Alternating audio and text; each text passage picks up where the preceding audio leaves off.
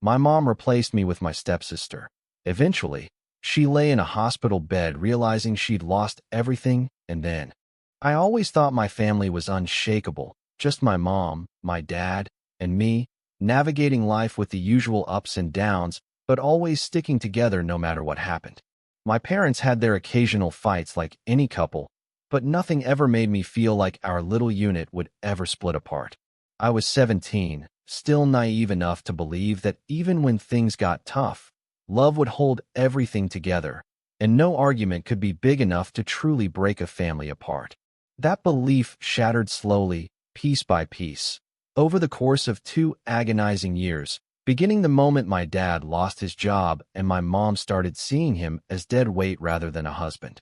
At first, they tried to keep their financial struggles from affecting me, making excuses for why our dinners were quieter and why vacations were suddenly out of the question, but the tension between them thickened with every passing month. My mom, once patient and understanding, became short-tempered, treating every minor inconvenience like a personal attack, while my dad withdrew into himself, struggling to keep up the facade of normalcy. It wasn't long before their whispered arguments turned into screaming matches right at the dinner table, where every night felt like a battle I never signed up to fight.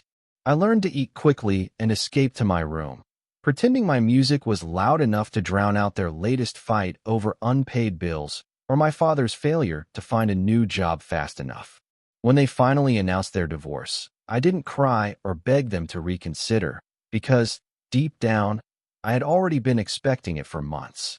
My dad moved out the very next day, taking nothing but a suitcase and some old family photos, leaving the house feeling unbearably empty despite still having my mom there. I thought maybe things would settle after he was gone, that my mom and I would grow closer now that we only had each other, but I had no idea how drastically my life was about to change. She wasted no time before jumping back into dating, barely waiting 6 months before introducing me to a man she described as charming and stable, 2 words that meant nothing to me at the time. His name was Mark, and from the moment he stepped into our house, I knew he wasn't just some casual boyfriend my mom was testing the waters with. He was polished, always dressed in expensive suits, speaking with an authoritative tone that made it clear he expected people to listen when he spoke. I didn't like him, but my opinion didn't matter, because within a year of meeting him, my mom married him in a private ceremony I wasn't even invited to attend. Mark didn't just bring himself into our lives. He brought his daughter, Sophia, who was just a few months older than me, but might as well have come from another world entirely. She was effortlessly charismatic, the kind of girl who could make strangers adore her within minutes, always knowing exactly what to say to make people feel special. The first time we met, she hugged me like we were already best friends, gushing about how excited she was to finally have a sister, but something about her felt rehearsed. I wanted to believe she was genuine, so I tried to connect with her, making an effort to include her in my life, but it quickly became apparent that she didn't need my company. She had an uncanny ability to draw my mother in, effortlessly making herself the center of attention until I felt like a guest in my own home. At first, I ignored the small things, convincing myself I was overthinking whenever my mom praised Sophia for the simplest achievements while barely acknowledging anything I did. My mother, who used to take such pride in my schoolwork, suddenly had no time to even glance at my report cards, but would spend hours bragging about Sophia's social events. It was little comments at dinner, comparisons that felt unnecessary, like pointing out how much more outgoing Sophia was while I kept to myself too much. The favoritism wasn't obvious at first, just small imbalances that I could have chalked up to normal growing pains in a blended family, until the differences between how we were treated became impossible to ignore. When my birthday arrived, my mom got me a small cake and a sweater, something I would have been fine with if I hadn't seen what happened just 2 months later. Sophia's birthday was a full-blown spectacle, a party that felt more like a wedding reception, complete with a professional photographer and catering that must have cost thousands. The highlight of the night was when my mom and Mark surprised her with a brand new car, something I had never even dared to dream of receiving.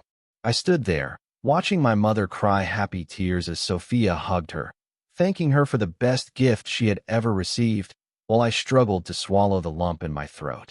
I tried to talk to my mom about how I felt, cautiously bringing up how differently we were being treated, but she dismissed my concerns before I even finished my sentence. She accused me of being jealous, twisting my words until I felt ridiculous for even speaking up, making it clear that my feelings weren't something she cared to acknowledge. That word, jealous, latched onto me like a parasite, making me question whether I really was just bitter that Sophia was effortlessly adored while I faded into the background. But deep down, I knew that wasn't it. I wasn't jealous. I just wanted to feel like I still mattered in my own mother's life. As the months passed, I found myself spending more and more time at my dad's place, retreating to the only place where I didn't feel invisible. He listened to me, validated my feelings, and reassured me that I wasn't imagining the imbalance, but knowing I was right didn't make it any easier to live with. Mark's presence in our home became suffocating, his influence over my mother turning our house into something I no longer recognized, a place where my opinion held no weight. He spoke often about how a blended family should work, making grand statements about unity and fairness, but his actions always favored his daughter over me. Family holidays became unbearable, with Sophia always seated at the center of every conversation while I was an afterthought, expected to be grateful just to exist in the same space. One Christmas, my mom canceled a vacation we had planned for years, telling me we couldn't afford it, only for me to later find out that the money had gone to fund Sophia's extracurricular activities. It was like every decision being made was meant to elevate Sophia while quietly pushing me further to the margins, and I was exhausted from pretending it didn't hurt. The breaking point came one evening when I overheard my mother laughing with Mark in the kitchen, her voice light and affectionate in a way I hadn't heard in years. She said, with absolute sincerity, that she was so lucky to finally have the daughter she had always wanted, the words slicing through me sharper than any argument we had ever had. I didn't confront her, didn't march into the room demanding answers, because I already knew the truth. I had been replaced, and she didn't even have the decency to hide it. I went to my room, packed a bag without hesitation, and called my dad, my voice shaking as I asked him to come get me. By the end of the week, I was gone, and I knew, without a doubt, that I was never coming back. Moving in with my dad was like stepping into an entirely different world, one where I could finally breathe without feeling like I was constantly walking on eggshells in my own home. He didn't just welcome me with open arms. He went out of his way to make sure I felt like his apartment wasn't just a temporary escape, but a real home where I belonged. He helped me set up my new room exactly how I wanted, even digging through old storage boxes to find pictures of us from before everything fell apart, as if he wanted to remind me that I still had a family that valued me. For the first time in what felt like forever, I could sit at the dinner table without feeling invisible, without bracing myself for the next moment I'd be reminded of how easily I had been replaced. But my mom wasn't about to let me go without a fight, though not in the way a mother should fight for her child, with apologies or promises to do better. Instead, she bombarded me with voicemails dripping with guilt, each one laced with accusations about how I had abandoned her after everything she had done for me, as if I owed her something for simply being her daughter. She never once asked me why I left or acknowledged that her actions had pushed me away, only that I was hurting her by choosing to live with my dad instead. I listened to the first few messages, my fingers tightening around my phone as she spoke like a victim in some grand betrayal, but after a while, I stopped playing them altogether. Jessica wasted no time making sure everyone knew exactly how she felt about my departure, turning it into some dramatic spectacle as if she were the one who had been wronged. Within days of me moving out, she started posting thinly veiled digs on social media, carefully crafted to paint herself as the golden daughter who had stepped up where I had failed. One picture showed her sitting in the car my mother had bought for her, the caption smugly declaring, "Guess I'm the only daughter now," making sure everyone knew exactly where she stood in this mess. Another post featured a group photo from a family dinner I hadn't been invited to, her words underneath reading, "Family first," a knife twisted into a wound that had barely begun to heal. It didn't take long for people at school to notice, for the whispers in the hallways to start, fueled by Jessica's carefully placed words about how I had stormed out over something petty. She was careful, never outright lying, but twisting the story just enough to make it sound like I had left because I couldn't handle sharing attention, as if I had thrown a tantrum and ran away.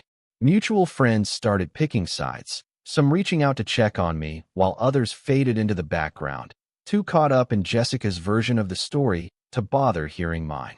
The divide wasn't just limited to school either. Extended family members were starting to take sides, with some quietly admitting they had noticed the favoritism, while others insisted I was being dramatic and selfish for leaving. As if all of that wasn't enough, my dad received a call from his lawyer informing him that he needed to reopen the divorce proceedings because there were financial disputes that hadn't been fully resolved. Apparently, my mom had been using shared marital assets to fund Jessica's growing list of luxuries, funneling money into her car payments, her extracurriculars, and even expenses for Mark's struggling business. My dad had suspected something was off when he saw how much my mom had been spending, but now he had proof, and he wasn't about to let her get away with it. He told me that if she was willing to neglect me in favor of Jessica, she sure as hell wasn't going to misuse funds that were supposed to be split fairly between them.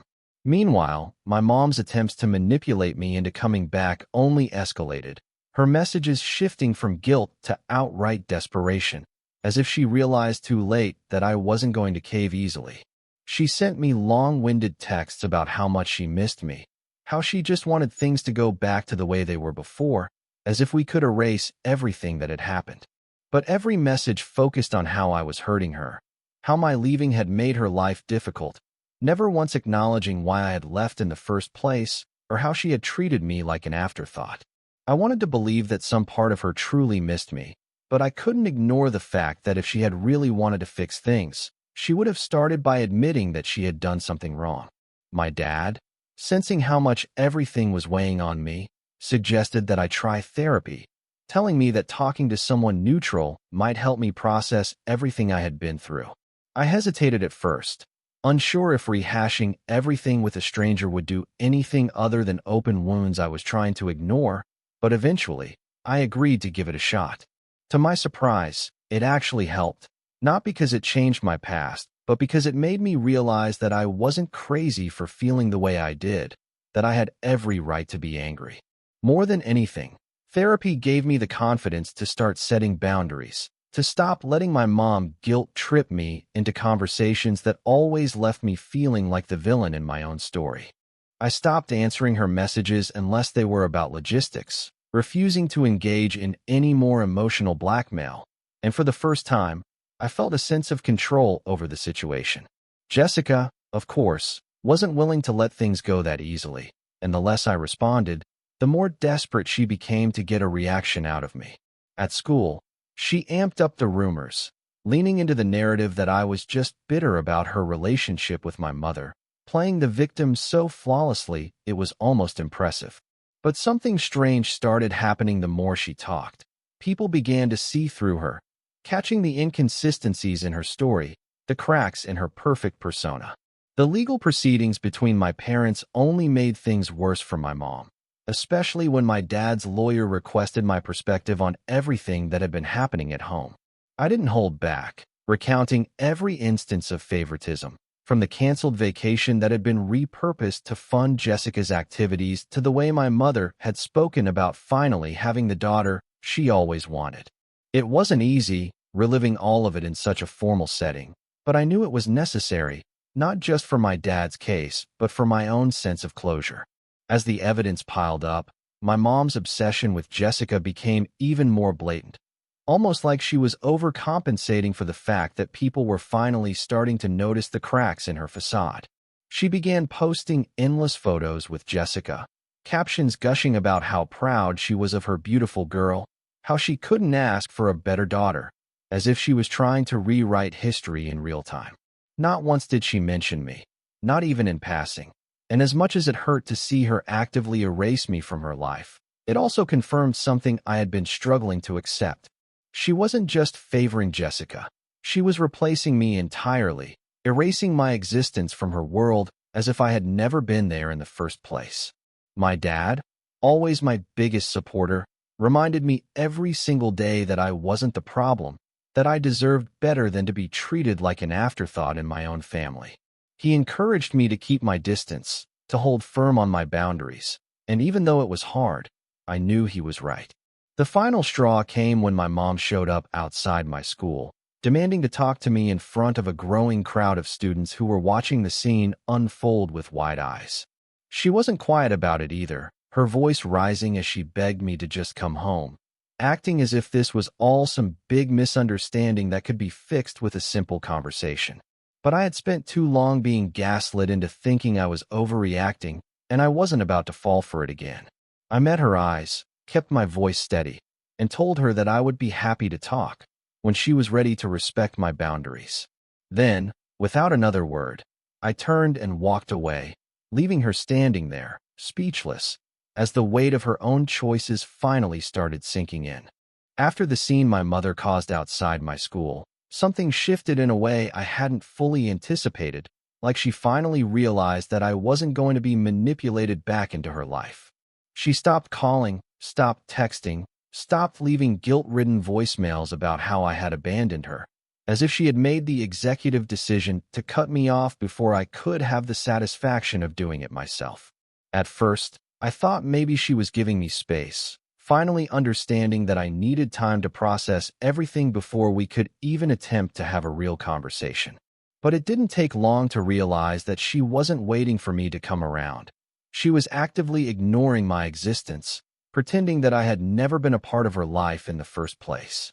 When I sent her a short, polite message about picking up the rest of my things from the house, she didn't even bother to respond, letting the silence speak volumes about just how little she cared. I told myself I shouldn't be surprised, that she had been choosing Jessica over me for so long that it made sense she wouldn't bother acknowledging me now. But even with everything she had done, some small part of me had still held on to the hope that she would eventually realize what she had lost and make some kind of effort to fix it. Mark, however, had no interest in staying quiet, deciding that if my mother wasn't going to reach out, then he would step in to do it himself. One morning, I opened my email to find a long-winded message from him, every word dripping with condescension, as if he thought I just needed to be lectured into submission. He wrote about how my decision to leave had torn the family apart, how I was being selfish for not considering the sacrifices my mother had made to give me a good life. He painted himself as the reasonable one, the adult in the situation, urging me to grow up and understand that family required compromise, that I couldn't just run away the moment things didn't go my way. I read the email twice, my fingers twitching with the urge to respond, to finally lay everything out in brutal, unfiltered honesty so he would understand that I wasn't some petulant child throwing a tantrum. But my dad, always the calmer presence in my life, read it over my shoulder and gave me the best piece of advice I could have asked for: don't engage. Don't give them the satisfaction of knowing they still had any control over me. Meanwhile, Jessica was making the absolute most of my absence, doubling down on the narrative that I had left because I couldn't handle sharing attention, reveling in the drama it created. She had always been good at playing the part of the beloved, charming girl who could do no wrong, effortlessly twisting situations to her advantage without ever getting her hands dirty. But something unexpected started happening the more she talked, something I don't think she had anticipated when she made herself the center of attention. People, the same ones who had once been so quick to believe her version of events, started questioning things, noticing the way she always made herself the victim while conveniently leaving out any details that didn't make her look good. A few mutual friends who had originally distanced themselves from me started reaching out again, slowly realizing that maybe they had been too quick to assume I was the problem. It wasn't an immediate shift, but it was enough to make Jessica restless, the cracks in her perfect persona beginning to show in ways she couldn't control. While all of that was happening, my dad's legal team was digging deeper into my mother's financial records, uncovering more evidence that she had been misusing funds that weren't solely hers to spend. The car for Jessica, the extravagant parties, the money funneled into Mark's failing business. Every expense was carefully documented, proof that she had been prioritizing them over her actual responsibilities. My dad was furious but determined to handle things the right way, refusing to lash out emotionally when he knew the court system would hold her accountable far better than he ever could. My mother, on the other hand, had decided that instead of dealing with the consequences of her actions, she would take her grievances to social media, playing the role of the heartbroken mother abandoned by her ungrateful daughter. She posted a long, emotional rant about how hard it was to be a parent, how children never appreciated the sacrifices their mothers made, clearly hoping to gather sympathy from people who had no idea what was really going on. She never mentioned me by name, but it was obvious who she was talking about, especially when her friends and followers flooded the comments with messages of support, telling her to stay strong and reminding her that kids never truly understand until they have children of their own. I saw the post, scrolled through the comments, and felt absolutely nothing. No anger, no sadness, just an overwhelming sense of exhaustion at how predictable she had become.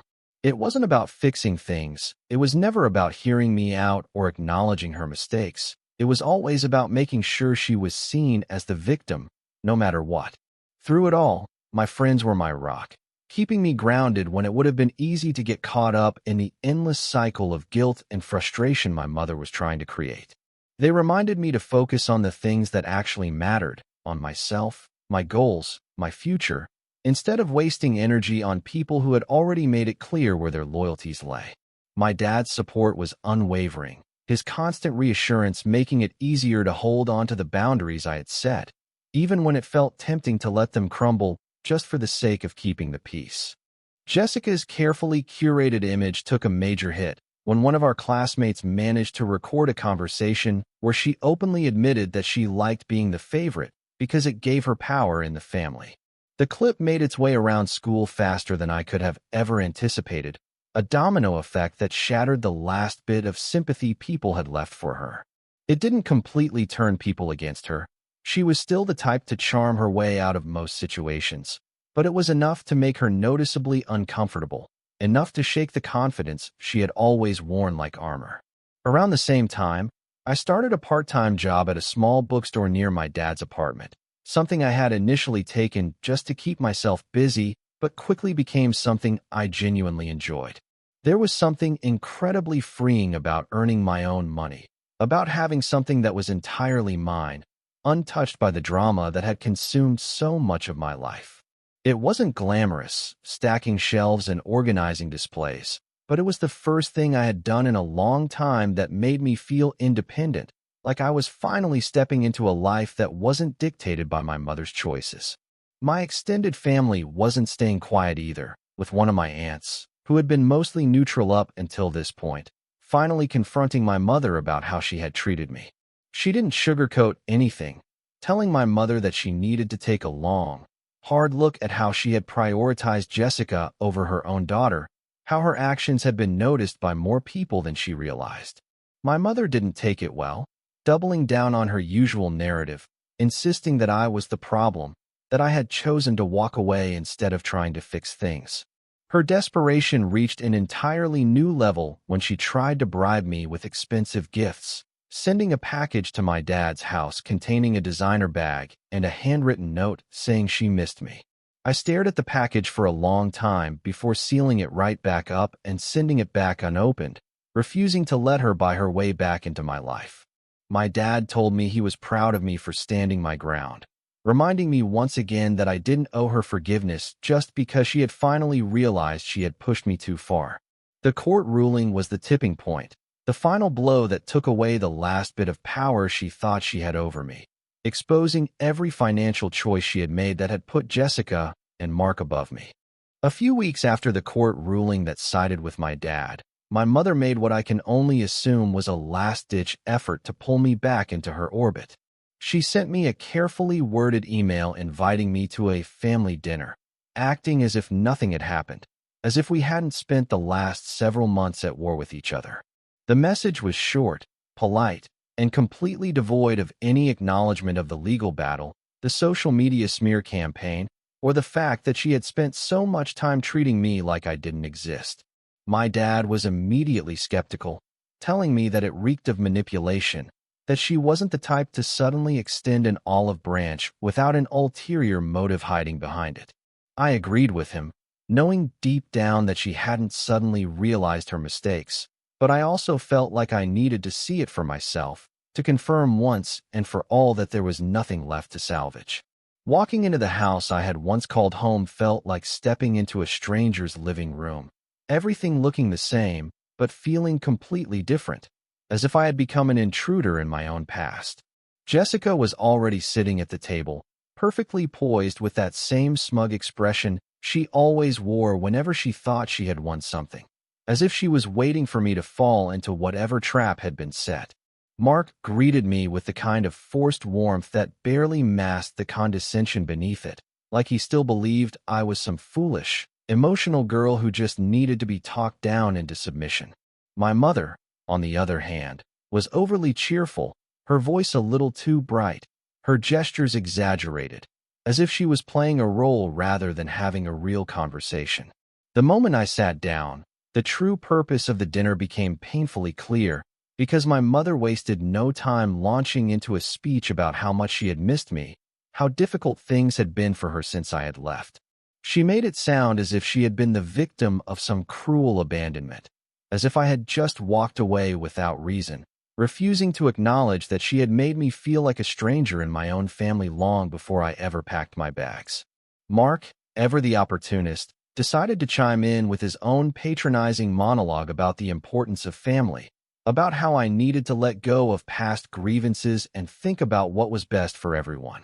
Jessica sat there, basking in the attention, her expression carefully crafted into something between amusement and faux sympathy, waiting for me to break down and admit I had made a mistake.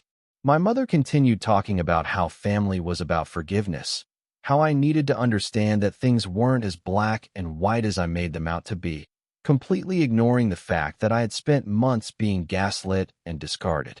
I let them talk, let them get every last manipulative word out of their systems, knowing that no amount of guilt-tripping could change the reality of what they had done. But the moment my mother started gushing about Jessica, talking about her school achievements, her future plans, and how proud she was of everything she had accomplished, I felt something inside me settle into absolute certainty. She couldn't even pretend to acknowledge me without making it about Jessica, without reminding me once again that I had been replaced, that I had become nothing more than a footnote in her new and improved family. I took a slow breath, glanced around the table at the people who had made me feel so small for so long, and decided I wasn't going to waste another second sitting there pretending to play along. I put down my fork, folded my hands on the table, and calmly told them that I wasn't there to argue, but that I also wasn't going to tolerate manipulation, favoritism, or being treated like an afterthought. Jessica's smug expression faltered for the first time, her fingers tightening around her glass, because she had never expected me to stay this calm, never imagined that I wouldn't take the bait. My mother's face froze, her cheerful facade cracking just enough to reveal the irritation lurking beneath, because she had been expecting an apology, not a boundary being placed right in front of her. Jessica, never one to let a situation slip out of her control, immediately interrupted, accusing me of trying to sabotage the family dynamic, as if I was the one causing all of the tension in the room. Her voice rose, her frustration bubbling over as she insisted that I had always been jealous of her, that I had never been willing to accept that my mother could love someone else as much as she loved me.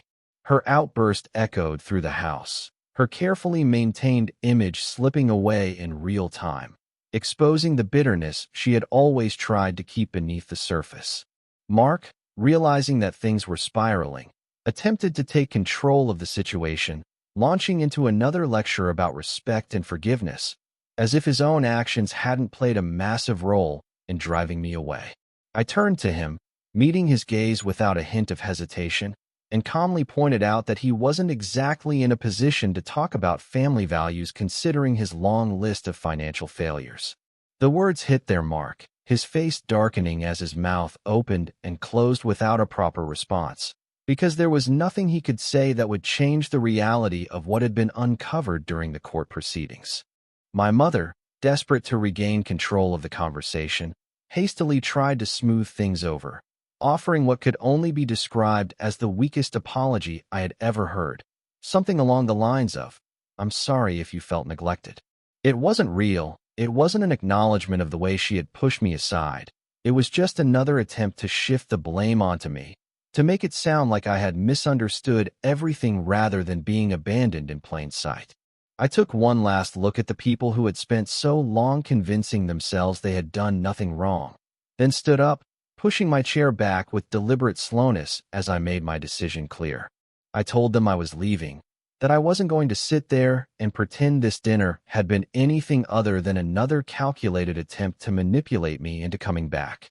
My mother started to protest, her voice rising in desperation as she insisted we could work things out, but I didn't bother waiting to hear the rest of whatever excuse she had planned. I walked out of that house without looking back, without hesitation, without the slightest doubt that I had made the right choice by leaving in the first place. The fallout was immediate, because my mother wasted no time sending me a string of furious messages, accusing me of being ungrateful, selfish, and unwilling to fix things despite her attempts to make amends. I ignored every single one, not because they didn't affect me, but because I refused to let her pull me into another endless cycle of guilt and manipulation. The rumors at school only escalated, with Jessica trying to twist the story in her favor, but people were starting to see through her, starting to recognize the cracks in the perfect image she had spent so long building. Surprisingly, my decision to stand my ground led to an unexpected wave of support from certain extended family members, specifically a few cousins who reached out to tell me they understood what I had been through. They shared their own experiences of feeling sidelined by my mother and Jessica, their stories eerily similar to mine, making me realize that this pattern had been happening long before I had ever decided to leave. My mother's next move was to erase me from her social media entirely, removing every picture, every mention, every trace of my existence, as if deleting me from her digital world would somehow erase the reality of what had happened. The sight of it stung, no matter how much I had prepared myself for it, but it also made it clear that she wasn't ready to change, that she never had any real intention of making things right. And for the first time in my life, I understood that I didn't need her to. After the disastrous dinner, my mother completely stopped reaching out, as if my refusal to fall back in line had convinced her I was no longer worth the effort.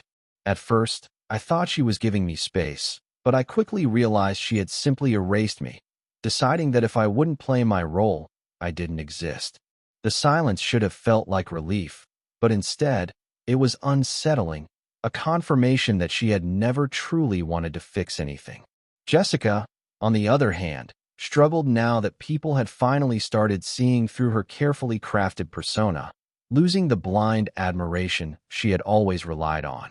The fallout from the leaked conversation continued to spread, turning people against her as they realized how effortlessly she had manipulated every situation to her advantage. The same classmates who once took her side were now keeping their distance, leaving her more isolated than she had ever been before. It was strange watching someone who had always thrived on attention slowly lose control of her own narrative, but I had no sympathy left for her. Mark's financial situation collapsed entirely, his debts catching up to him in a way that could no longer be ignored, leaving my mother trapped in a reality she couldn't buy her way out of. The extravagant gifts, the expensive trips, the luxurious lifestyle, everything disappeared overnight, exposing the fragile foundation their entire family had been built on. Jessica wasn't getting spoiled anymore, and based on the sharp decline in her social media presence, I could tell the sudden loss of luxury was affecting her more than she wanted to admit. My mother had spent years convincing herself she had finally found happiness, but now the illusion was breaking apart, and she had nothing left to show for it. Meanwhile, my dad had started dating someone new, a woman named Claire who was nothing like my mother, someone who offered quiet encouragement rather than constant judgment. She never tried to replace anyone, never forced a connection, just treated me with kindness and respect, and for the first time in years, our home felt peaceful. Therapy helped me realize that I no longer carried the resentment I once did, that I didn't need my mother's apology to move forward. Forgiveness didn't mean reconciliation, and I had accepted that she would never see things the way I did, never fully understand what she had done to me. Then, out of nowhere, my aunt called, telling me that my mother had been hospitalized after a minor health scare, nothing serious but enough to shake her. She suggested I visit, and after hesitating, I decided to go, if only to see if anything had really changed. Walking into that hospital room felt strange, not because she looked weak, but because for the first time, she wasn't hiding behind a perfect image. Jessica hadn't even shown up, which didn't surprise me, because loyalty had never been real between them, only conditional on how much Jessica was benefiting. Our conversation was brief, polite, filled with empty words that neither of us truly believed, because she still couldn't bring herself to take full responsibility. I told her I wasn't angry anymore, but if she wanted a relationship, it would have to be on my terms. She nodded, agreeing in the way people do when they want to believe something but don't know how to follow through. My dad later reminded me that not every relationship can be repaired, that sometimes the best thing you can do is walk away knowing you tried. Packing for college felt surreal, like I had finally reached a life that once felt impossible, stepping into something new and entirely my own. My dad and Claire helped me move in, their excitement obvious as they reassured me that they would always be there, that I would always have a home. Sitting in my dorm, staring at a future no longer tied to my past, I realized that for the first time in my life, I was truly free.